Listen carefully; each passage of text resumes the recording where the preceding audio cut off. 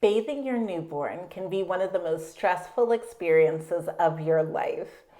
So, we put together tips and tricks to help you master that baby's bath quickly, safely, and efficiently.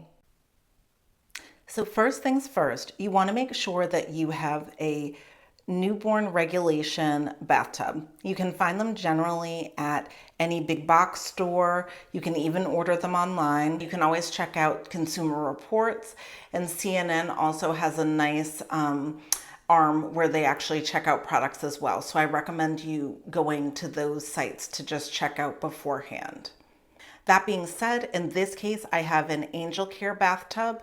The reason why I like this tub, even though I'm sure there are tons out there, is just because it is already diagonally set up. So this is going to make it easier when I put my baby into the tub. The other thing I like about it is it has a nice vented bottom to it. This is nice as well because, again, you don't have to worry about injury to the baby or the baby drowning because the water's not going to pool. It's just going to flow right out through the holes, and that will provide drainage. Now we have our baby in our tub support. And as you'll see, I know this baby is a little small, but still about the size of about a 2-month-old. So you'll have the baby in here. Their backside's going to go in the little divot here, and then their legs are going to go over the side as well. Their head will be up top, and really what you'll do is you'll have your baby, you'll make sure that they're nice and comfortable. Now, what you can also do beforehand is fill the tub really just, I would say, almost with just an inch or so of water all around. The water should be about lukewarm. And again, you also want to have your washcloth ready and always your towel ready. And again, your baby soap, just so that everything is set out. The reason for this, obviously, is you never want to take your eyes off your baby. What I do love about this bath support, though, is it makes bathing a little easier, and that risk of your baby, falling out or rolling. But again, children can always surprise you. So you always want to have everything for your bath right by your side, along with your baby when your baby is here. If you need anything or you need to leave the room for any reason, whether there's an inch of water in the bathtub or anything, it doesn't matter. You always want to then pick the baby up, wrap the baby in a towel, and take the baby with you at all times. Next, we're going to get into bathing your baby. Now, I know, like I said, I have my baby soap here, and there are some of you who just kind of take the baby soap, they just kind of squirt it on the washcloth and then just kind of go to town and suds the child up. You can do that, but if your child has sensitive skin, it may be better to dilute it a little bit, which means that maybe you just add a little bit to the 1 inch of water first, the little bit of water, and then you kind of squeeze it out.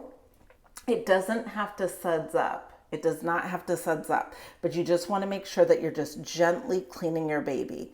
Now, again, when you're cleaning, you want to make sure, because your baby is young and doesn't have proper head support, that again, that you're always holding your baby's head when you're lifting it, because it's the largest part of their body. And then again, just make sure that you're always holding and kind of anchoring the body itself, just to make sure, just because the limbs are light, the head is big, you just want to take care to do that. Now, after the bath is done, you just want to sit at the side of the tub, and you need a flat surface for the baby to come out on so that they're nice and flat. Again, I love these little baby towels because they cover the head as well. And this comes in handy, especially because babies are going to lose a lot of heat after they come out of the bath. Why? Because all of the water that's on them will evaporate. That's going to kind of bring down their body temperature a little bit. Their heads are the largest parts of their body, so they're going to be shivering a lot and they may not be too happy. Again, because they're so wriggly, if you feel like your lap may not be as stable, you can always put your towel on a little bath mat so that it's a nice flat surface, and then get your baby out as well. All right. Just gonna reach down, grab the infant, and again, just come right in here. Now, for babies that have more eczema, this is a key part. You don't necessarily want to dry the baby off immediately. Instead, you're going to use your infant lotion or oil. And I'm going to get into what I really like to treat in another one of my videos, so tune in.